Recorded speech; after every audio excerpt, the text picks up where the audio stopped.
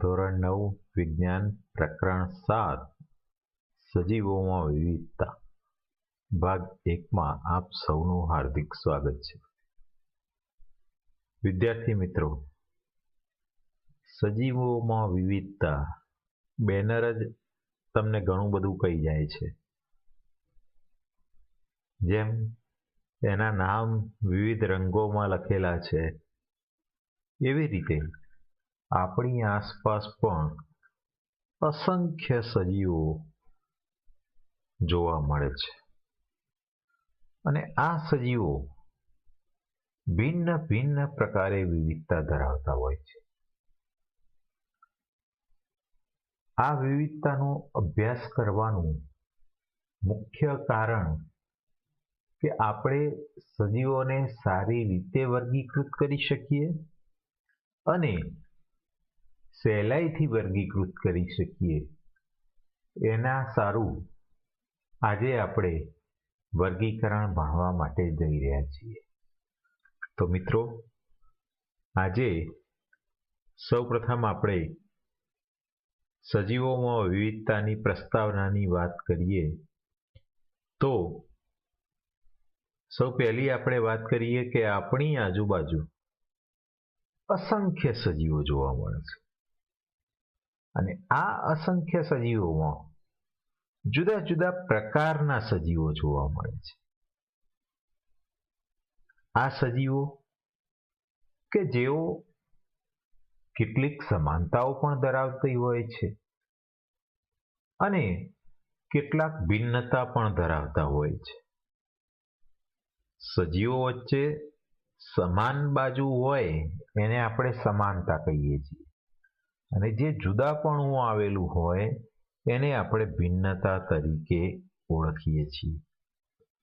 મિત્રો, વર્ગીકરણ માટે આજનો આ લેસન આપણા માટે ખૂબ જ મહત્વનું બની જાય છે. માત્ર મનુષ્યનો જ વિચાર આપણે કરીએ કે આપણી આજુબાજુ સજીવ સૃષ્ટિ ઉપર જે માનવ જાતિ જોવા મળે છે એ માનવ જાતિનો જ જો આપણે ખાલી કલ્પના કરીએ તો આપણને અસંખ્ય પ્રકારના સજીવ જોવા મળે છે, અસંખ્ય પ્રકારના માનવો જોવા મળે છે, જે કેટલાક અંશે એકબીજા સાથે સામ્યતા પણ ધરાવતા હશે અને ઘણી બધી રીતે એકબીજાથી ભિન્ન પણ હશે. મિત્રો, અહીંયા ભિન્નતા એટલે ફક્ત કોઈ એક કારણને ધ્યાનમાં લઈને ભિન્નતા નહીં, પણ અસંખ્ય રીતે ભિન્નતા. ઉદાહરણ તરીકે, કોઈનો વર્ણ શ્યામ હોય તો કોઈ ગૌવર્ણ હોય તો કોઈ સફેદ હોય, કોઈના વાળ વાંકડિયા હોય તો કોઈના વાળ ના હોય, તો કોઈના વાળ સીધા હોય, સ્ટ્રેટ હોય, કોઈની ઊંચાઈ ખૂબ જ હોય, કોઈ નીચા હોય, કોઈના મોઢાનો આકાર હડપચી બહાર નીકળી ગયેલી હોય, કોઈ સિમેટ્રિકલ આકાર ધરાવતું હોય. તો આવા અસંખ્ય રીતે જુદા જુદા મુદ્દાઓને આપણે ધ્યાનમાં રાખી અને આ સજીવોનું એટલે કે ફક્ત મનુષ્યનું જ આપણે વર્ગીકરણ કરવું હોય તો અસંખ્ય રીતે થઈ શકે છે. અને આ એક મિત્ર ઉદાહરણ છે. આવા અસંખ્ય મુદ્દાઓ આપણે ધ્યાનમાં રાખી અને જુદા જુદા સજીવોનું આપણે વર્ગીકરણ કરી શકીએ છીએ. ખાલી મનુષ્યની આપણે વાત કરી કે જેમાં તે જુદી જુદી ઊંચાઈ, જુદા જુદા પ્રકારના નાક, એની આંખો, એની જુદા જુદા પ્રકારના એટલે કે રંગ ચામડીનો, હથેળીનો આકાર, આ બધી ભિન્નતાઓના આધારે આપણે જુદી જુદી ભિન્નતાઓ જોઈ શકીએ છીએ અને આ બધી ભિન્નતાઓ દરેક વિવિધતા જોવા મળે છે. એની કારણે જે વિવિધતા સર્જાય છે એની આપણે વાત કરી રહ્યા છીએ. મિત્રો, મનુષ્ય અને વાનર આપણે વારંવાર કહીએ છીએ કે મનુષ્યની ઉત્પત્તિ વાનર જાતિમાંથી થયેલી છે. તો મનુષ્ય અને વાનર આ બંને વચ્ચે પણ કેટલાક લક્ષણો એવા છે કે જે આપણને સામ્ય જોવા મળે છે, કારણ કે એમાંથી ઉત્ક્રાંતિ થયેલી છે. એટલે કેટલાક મૂળભૂત લક્ષણો તો એના સમાન જ રહેવાના. એવી જ રીતે ગાય અને વાનરની તુલનામાં આપણી સામ્યતા ગાય કરતા વધુ વાનર સાથે જોવા મળે છે. મિત્રો, અહીંયા બે ઉદાહરણ લીધા કે જો મનુષ્યની સરખામણી વાનર સાથે કરવામાં આવે અને મનુષ્યની સરખામણી ગાય સાથે કરવામાં આવે તો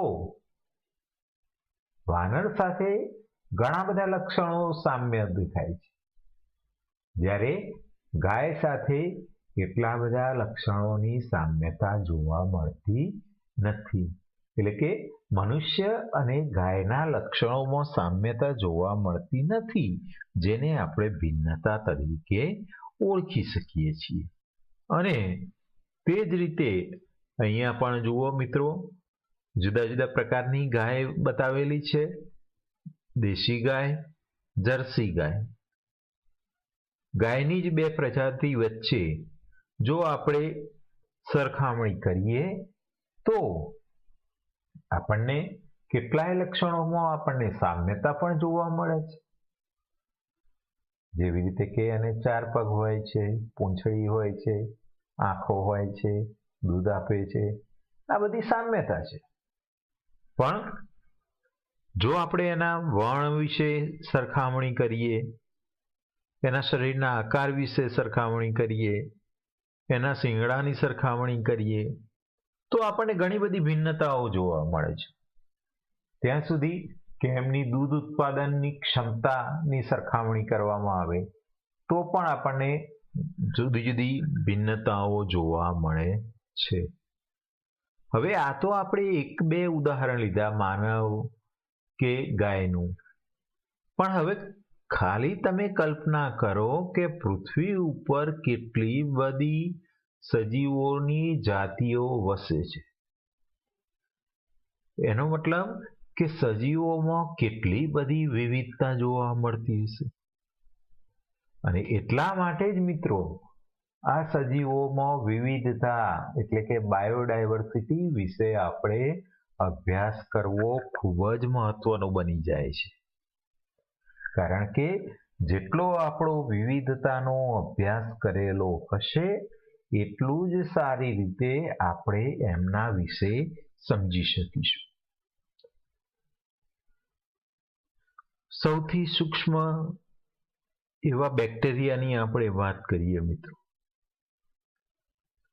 તો સૂક્ષ્મદર્શક યંત્ર કે જેનો સામાન્યતઃ આપણે બેક્ટેરિયાનો અભ્યાસ કરવા માટે અથવા તો બેક્ટેરિયા વિશે માહિતી મેળવવા માટે ઉપયોગ કરીએ છીએ. આવા સૂક્ષ્મદર્શક યંત્રમાં આપણે બેક્ટેરિયાને જોઈએ તો આપણને અસંખ્ય પ્રકારના જુદા જુદા બેક્ટેરિયા જોવા મળે છે કે જે કોઈ સાથે સામ્યતા પણ ધરાવતા હોય છે અને ઘણી બધી પ્રજાતિઓ એકબીજાથી ભિન્ન પણ આવેલી હોય છે. એટલે બેક્ટેરિયા કે જે એકકોષી સજીવો છે, ખૂબ જ સૂક્ષ્મ છે, એ પણ ભિન્ન જોવા મળે છે. તો એની સરખામણી આપણે કરીએ બ્લુ વ્હેલ કે જે સમુદ્રનું સૌથી મોટી માછલી છે, આશરે 30 મીટર જેટલી. તો ખાલી કલ્પના કરો કે એક બાજુ એક કોષી સજીવ છે, સૂક્ષ્મ સજીવ છે કે જે આપણે નરી આંખે પણ જોઈ શકતા નથી, અને બીજું બ્લુ વ્હેલ જેવી વિશાળકાય સજીવ છે. તો આ સજીવો વચ્ચે અસંખ્ય કદ ધરાવતા નાના મોટા સજીવો આવેલા હોય છે અને એ સજીવો વચ્ચે આપણે ભિન્નતાનો અભ્યાસ કરવાનો છે. વનસ્પતિની વાત કરીએ મિત્રો તો સજીવ સૃષ્ટિ ઉપર, પૃથ્વી ઉપર અસંખ્ય પ્રકારની વનસ્પતિ આપણને જોવા મળે છે, આપણી આજુબાજુમાં વસેલી હોય છે. એનો જરા ગંભીરતાથી આપણે અભ્યાસ કરીએ અને જોઈએ તો અહીંયા મેં ચિત્રમાં કેલિફોર્નિયાના ચોક્કસ વિસ્તારમાં એક ઊંચા વૃક્ષો જોવા મળે છે જેને રેડવુડ તરીકે ઓળખાય છે. અને આ રેડવુડની ઊંચાઈ આશરે 100 મીટર જેટલી હોય છે, એટલે કે અત્યંત ઊંચા વૃક્ષો છે. જ્યારે બીજી બાજુ આપણને પૃથ્વીના કોઈ હિસ્સા ઉપર હજારો વર્ષ સુધી જીવી શકે એવા શંકુ આકારના પાઇનના વૃક્ષો જોવા મળે છે. જુઓ મિત્રો, પૃથ્વી ઉપર જોવા મળતી આ જુદા જુદા પ્રકારની ભિન્નતાઓ જ છે કે એક બાજુ વિશાળકાય ઊંચા વૃક્ષો છે, બીજી બાજુ શંકુ આકાર ધરાવતા અને વર્ષો વર્ષ સુધી ટકી રહેતા વૃક્ષો છે. એવી જ રીતે આપણી આસપાસ ચોમાસાની ઋતુમાં ખાસ કરીને જેનો ઉપદ્રવ જોવા મળે છે એવા મચ્છરની આપણે વાત કરીએ તો એ મચ્છરો કે જે ખૂબ જ ટૂંકું આયુષ્ય ધરાવે છે અને અલ્પજીવી તરીકે પણ આપણે ઓળખી શકીએ છીએ. તો આ બધા ઉદાહરણ એટલા માટે આપણે પસંદ કરેલા છે કે જેના દ્વારા તમે કદમાં, આકારમાં, ઊંચાઈમાં, એના આયુષ્યમાં વગેરે રીતે ભિન્નતાઓ જોઈ શકો છો. એવી જ રીતે મિત્રો, આપણી આજુબાજુ વિવિધ પ્રકારની સજીવ સૃષ્ટિ આવેલી છે. સજીવોની અંદર કીટકોનો પણ સમાવેશ થઈ જાય છે કે જે અત્યંત નાના છે, જે આપણી આજુબાજુ દરેક પ્રકારના વિસ્તારની અંદર આપણને જોવા મળે છે. મિત્રો, તમે આ કીટકોનો જ અભ્યાસ કરશો તો તમને અસંખ્ય પ્રકારની વિવિધતા જોવા મળશે.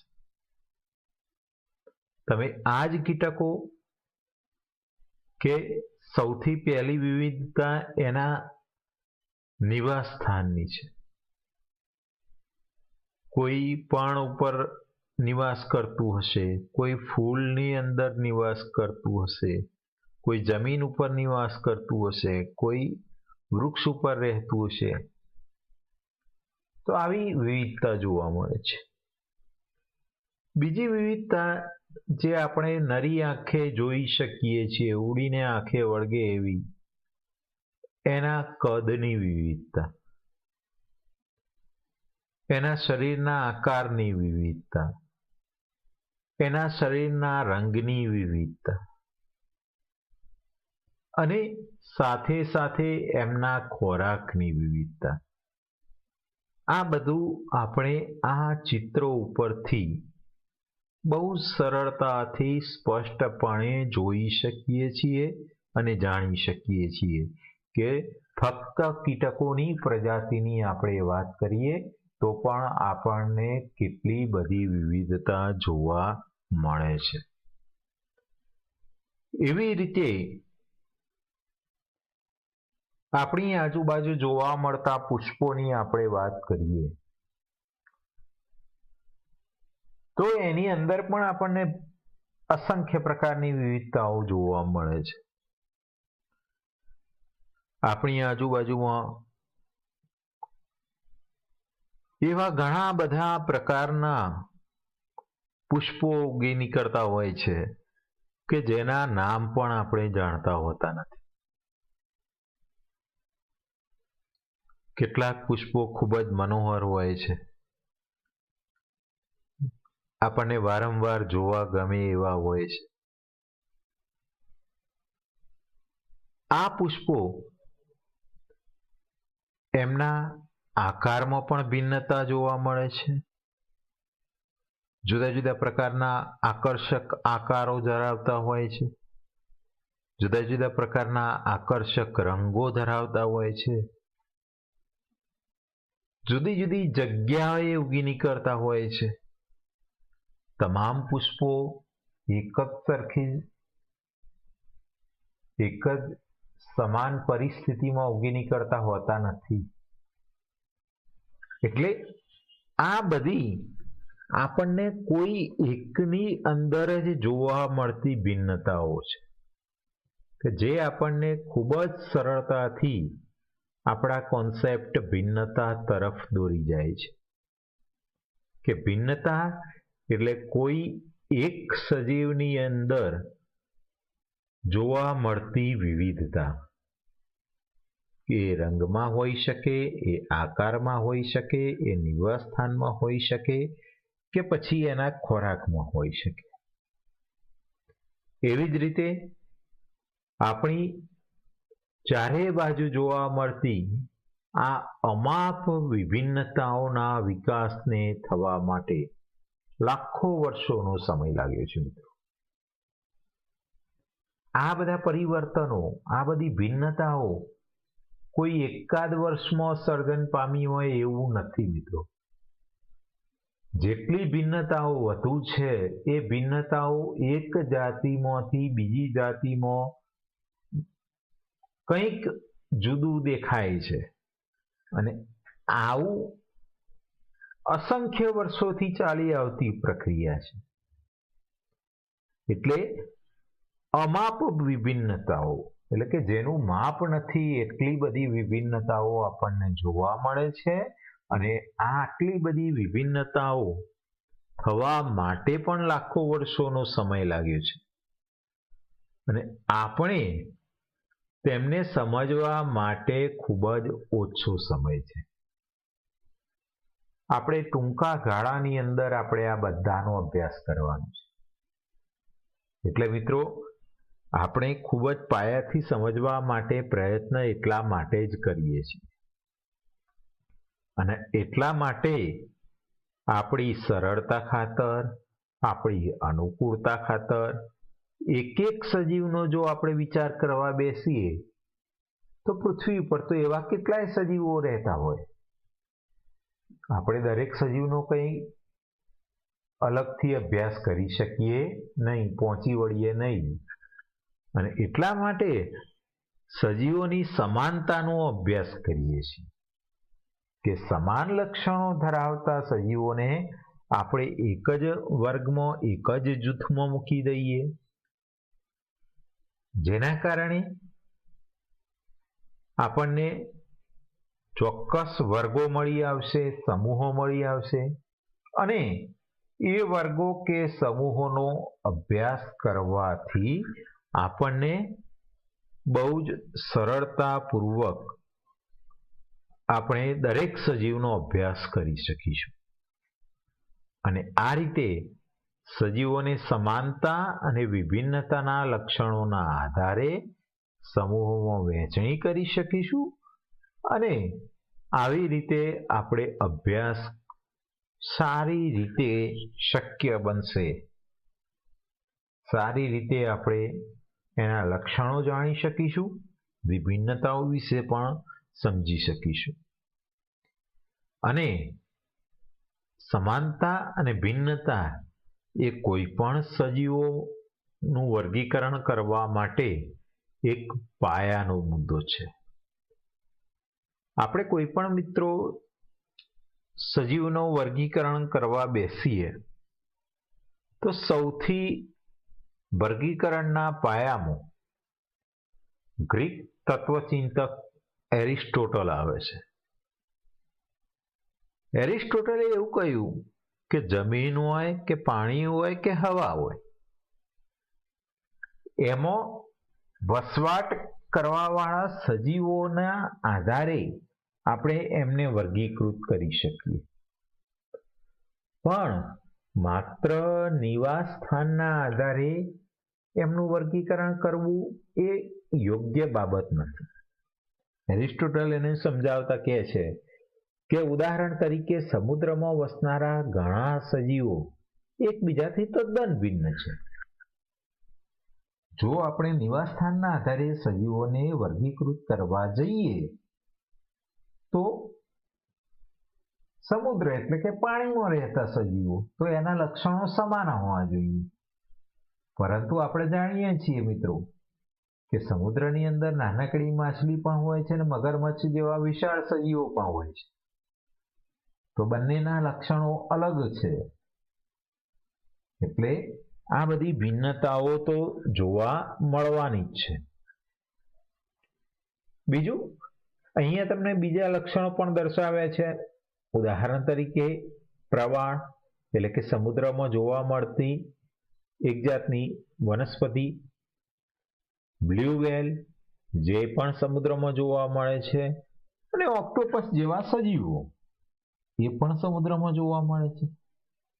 મિત્રો અહીંયા દર્શાવેલા તમામ સજીવો એ એમની અંદર વિભિન્નતાઓ જોવા મળે છે. એવી જ રીતે સ્ટારફિશ એટલે કે તારા માછલી, શાર્ક માછલી અને આવા અસંખ્ય સજીવો આપણને સમુદ્રની અંદર જોવા મળતા હોય છે. આ બધા જ સજીવો મિત્રો તમે જોઈ શકો છો કે એમનું કોમન લક્ષણ એક જ છે કે એ સમુદ્રમાં વસે છે, પણ એમનો આકાર જુદો છે, એમનો રંગ જુદો છે, એમનો ખોરાક જુદો છે અને એમના જીવનની પદ્ધતિઓ પણ જુદી છે.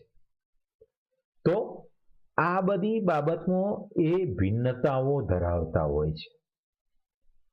એટલે ફક્ત નિવાસસ્થાનના આધારે જ એનું વર્ગીકરણ કરવું એ યોગ્ય બાબત નથી.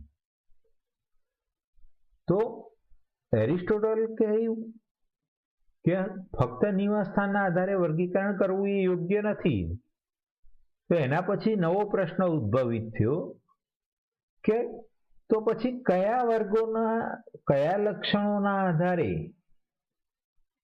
આપણે એને નાના નાના સમૂહો કે નાના નાના જૂથોમાં વહેંચવા માટે પ્રયત્ન કરવો જોઈએ. લક્ષણોની સમાનતાના આધારે સજીવોને એક સમૂહમાં રાખવા જોઈએ. મોટાભાગના વૈજ્ઞાનિકોનો આ મત હતો કે સમાન લક્ષણો ધરાવતા સજીવોને એક સમાન જૂથની અંદર મૂકવા જોઈએ કે જેથી કરીને બહુ સરળતાપૂર્વક આપણે એનો અભ્યાસ કરી શકીએ. દાખલા તરીકે હાથમાં આંગળીઓની સંખ્યા એને જો આપણે એક લક્ષણ ગણીએ, એવી રીતે આપણી દોડવાની ક્ષમતા એ પણ એક લક્ષણ છે. વૃક્ષની દોડવાની અક્ષમતા એ પણ એક લક્ષણ છે.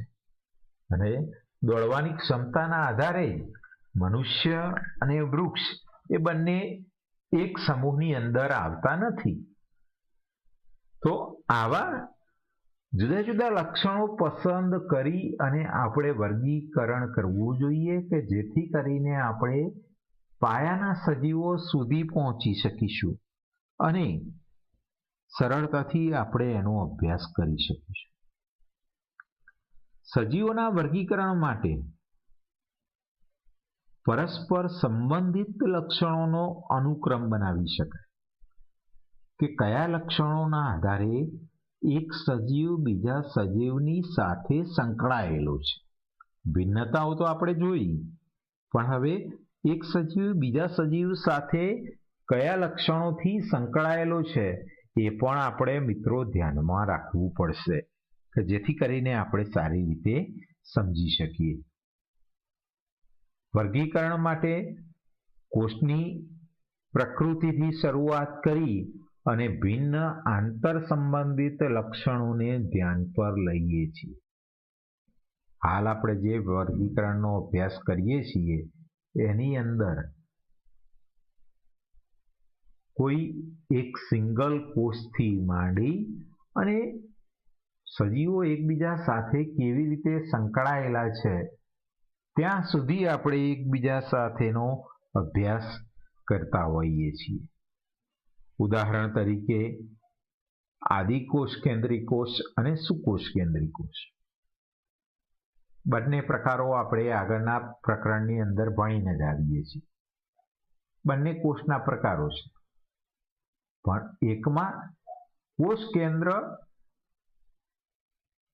સુવિકસિત છે, જેને સુકોષ કેન્દ્રી કોષ કહીએ છીએ, અને બીજા પ્રકારની અંદર કોષ કેન્દ્ર બાલ્યાવસ્થામાં હતું, પણ કોષનો વિકાસ થતો કાળક્રમે એ વિકાસ ન થયું, વિલીન થઈ ગયું, જેને આદિકોષ કેન્દ્રી કોષ તરીકે આપણે ઓળખીએ છીએ. એવી જ રીતે એકકોષી સજીવો, બહુકોષી સજીવો આપણે એકનું બીજાથી કઈ રીતે ભિન્ન પડે છે એ દર્શાવે છે કે એક જ કોષ ધરાવતા સજીવો, જેને આપણે એકકોષી સજીવ કહીએ છીએ, કે જેની અંદર એક જ કોષ શરીરની તમામ ક્રિયાઓનું નિયંત્રણ અને નિયમન કરતો હોય. દાખલા તરીકે અમીબા, પેરામીશિયમ. જ્યારે બહુકોષી સજીવોમાં કાર્ય પેશી આયોજન જોવા મળે છે, જેના કારણે ચોક્કસ કાર્ય કરવા માટે ચોક્કસ કોષોનો સમૂહ રચાયેલો હોય છે, અને એવા સજીવોને આપણે બહુકોષી સજીવો તરીકે ઓળખીએ છીએ. એવી જ રીતે આહારને ધ્યાનમાં રાખીએ તો સ્વાવલંબી સજીવો અને પરાવલંબી સજીવો એ બંને પણ એકબીજાની ભિન્નતાઓ છે. સ્વાવલંબી સજીવો કે જેમાં સજીવને ખોરાક માટે, આહાર માટે જાતે જ નિર્માણ કરતો હોય છે, કોઈના ઉપર આધાર રાખવો પડતો નથી. પરાવલંબી સજીવો એટલે કે જે સજીવોને આહાર માટે બીજા સજીવો ઉપર આધાર રાખવો પડતો હોય છે, અન્ય સ્ત્રોત ઉપર આધાર રાખવો પડતો હોય, તો એવા સજીવો એ પરાવલંબી સજીવો છે. એવી જ રીતે તેમનું શારીરિક ગઠન એટલે કે બંધારણ કયા પ્રકારનું છે એને પણ ધ્યાનમાં રાખીને આપણે વર્ગીકરણ કરી શકીએ. સાથે સાથે સજીવોને વર્ગીકરણ કરવા માટે આના જેવા કેટલાય બીજા લક્ષણો પણ તમે ધ્યાનમાં લઈ શકો છો.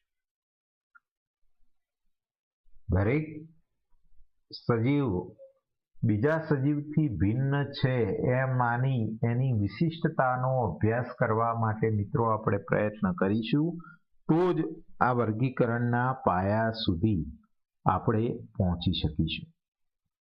તો આવા વર્ગીકરણ અને ઉદ્વિકાસમાં સજીવો એમની શરીર રચના અને કાર્યોના આધારે આપણે ઓળખીએ છીએ અને વર્ગીકૃત કરીએ છીએ.